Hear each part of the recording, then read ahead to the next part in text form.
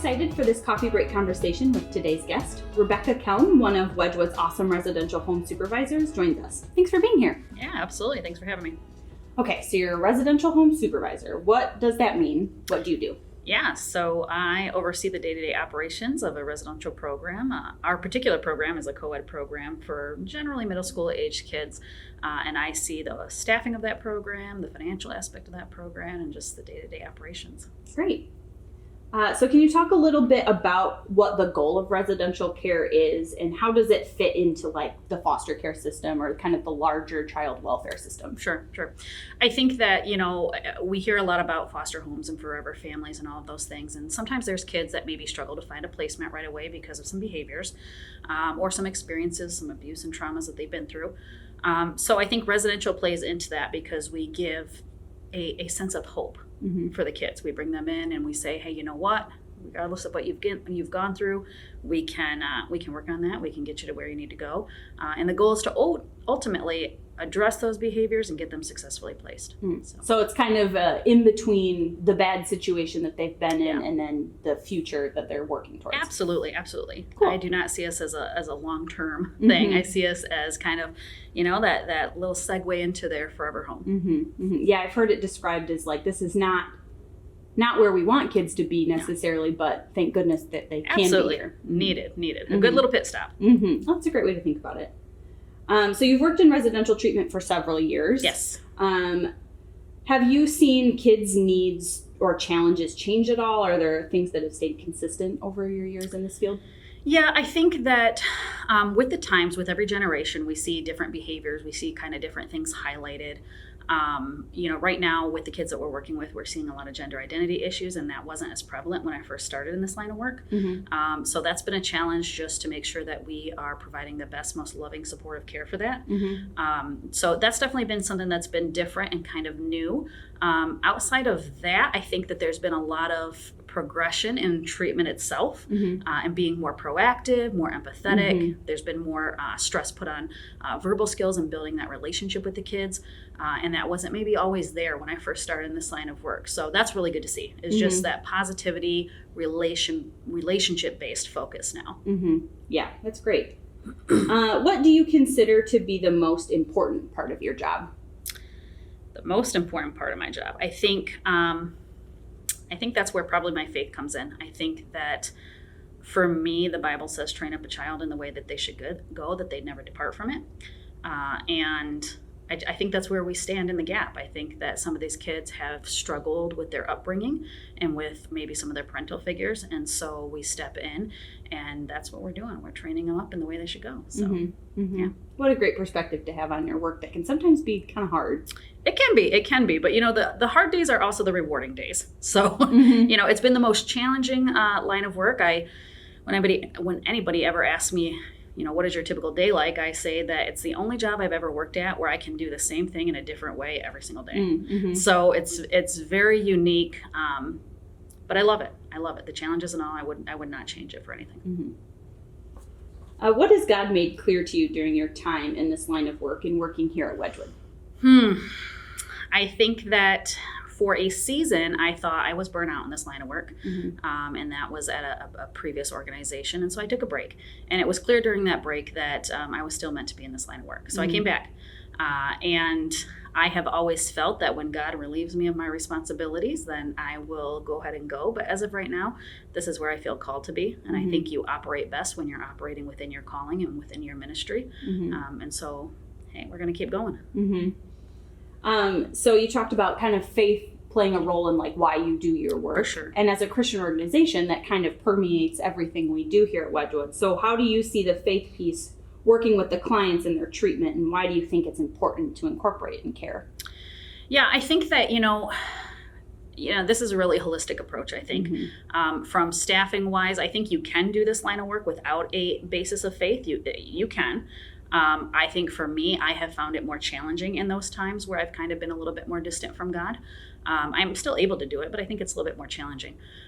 With the kids per se, I think giving a basic foundation of faith is one of those staples and fundamental needs of any child development. Mm-hmm. And what they choose to do with it later on, great. I am all about just, training up and teaching them, hey, this is an option and this is for you. And but if they choose to go a different direction, that's absolutely fine. That's absolutely fine. Sometimes we are just seed planters, and I'm okay with that. And just giving them, letting them know that there is hope Absolutely. out there probably makes just a big difference, regardless of how they take that hope with them later, but knowing that there is hope. Absolutely. And some of these kids have come from families that have gone through some abuse and traumas in the name of God. And so that's always been a challenge to address those youth who see God as the enemy, and bring in the love of God and show them that there is a difference. There is a distinct difference.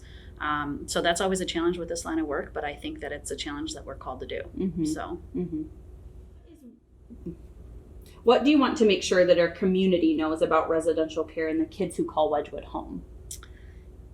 Diversity. In this line of work, I remember one young man who was African American, and I had bought him some cocoa butter cream, and just for his skin, and he was kind of ashing. And when I gave it to him, he was like, "Oh my gosh, thank you so much." He's like, "I don't get this," and so it just kind of hit me that sometimes there's open giving or blank giving, and sometimes there's giving with intent. And so for those individuals that want to give with intent or to be specific in their giving, to realize that we have kids from all different cultural backgrounds and ethnicities, hair texture, skin texture, the whole 9 yards. So we need a lot of different products to meet each individual's needs. Yeah. And diversity is one of, Wedgwood's core values. And what I think it's all about is embracing and celebrating God's artistry and creativity. And that totally includes understanding, respecting, and prioritizing different cultural and ethnic values and needs. And For so, sure. What sort of impact do you see that having on care when kids kind of their differences are celebrated and where they come from is acknowledged and kind of incorporated into their care here? Yeah, I think that, I come from a biracial family myself, and I think it's really important for the kids to feel accepted and loved. Most of the behaviors that we see stem from, are you going to love me? Are you going to love me for me? They have been ostracized or maybe targeted for sexuality issues, for their ethnicity or race. Their cultural upbringing they have been ostracized for. And so just being able to say, hey, I appreciate you. I appreciate you, and I appreciate your differences, and I want to make sure your differences are taken care of. And that's important to me. That to me is the resounding love of Christ. That's God saying, hey, I love you, and I'm paying attention to your differences, and I want to celebrate your differences. So that's just what we try to do every day. If everybody's created in the image of God, then it's all worthy of love and celebration. Absolutely. So if somebody wants to give with intention, what, maybe just off the top of your head, are a few things that you've noticed are often needs within your program? Sure. One of the ones that comes to my mind is wave caps. I know, I know a lot of individuals are like, oh, that's just a commodity. It's not a necessity. But for some of our kids that are African American, especially the males, that's how they put waves in their hair. And so that's the difference between their hair being done in the morning or not. So for, a Caucasian individual, they may be able to comb their hair or do something differently. But without wave caps, it really limits on what one sector of individuals can do. And I think that it's important for them to have an opportunity to kind of just be creative, And to feel like they can take care of themselves. Yes. If, working on helping them understand that they are valued and loved. For sure. Helping them feel like they look their best and feel their best probably plays into their overall treatment quite a bit. Absolutely. Again, and just with the different skin textures, different types of lotions, that's always important.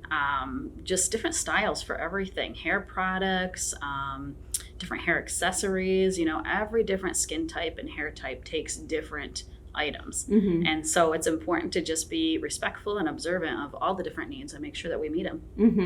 And if, Wedgwood is a place a lot of times where kids are getting their needs actually met for the first time. And so how beautiful if we can not only meet them, but give them kind of the things that make them feel their best. And when we're able to provide that, when we've had a couple different donors that have asked for specific lists of items to be donated, and they've spent the time to go out and actually purchase those items, and the kids' faces when they're like, oh my gosh, this is going to work for me. And, it's just, it's so neat. Just something as simple as, 2-in-1 shampoo and conditioner does not work in everybody's hair. So being able to separate those items and say, hey, this is for you, it's important. And that's a level of appreciation. It's not entitlement. It's such great appreciation that they really kind of display in that moment. Well, that's wonderful. We'll make sure to put some information about how people can get connected to us and figure out how they can donate some of these items if that's what God is calling them to do.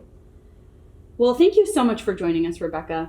The work you and your team do each and every day is so important. We are grateful to have you as a part of the team here at Wedgwood. It was great sitting down with you for this coffee conversation. Hey, I appreciate it. This was a great opportunity. Thank you so much.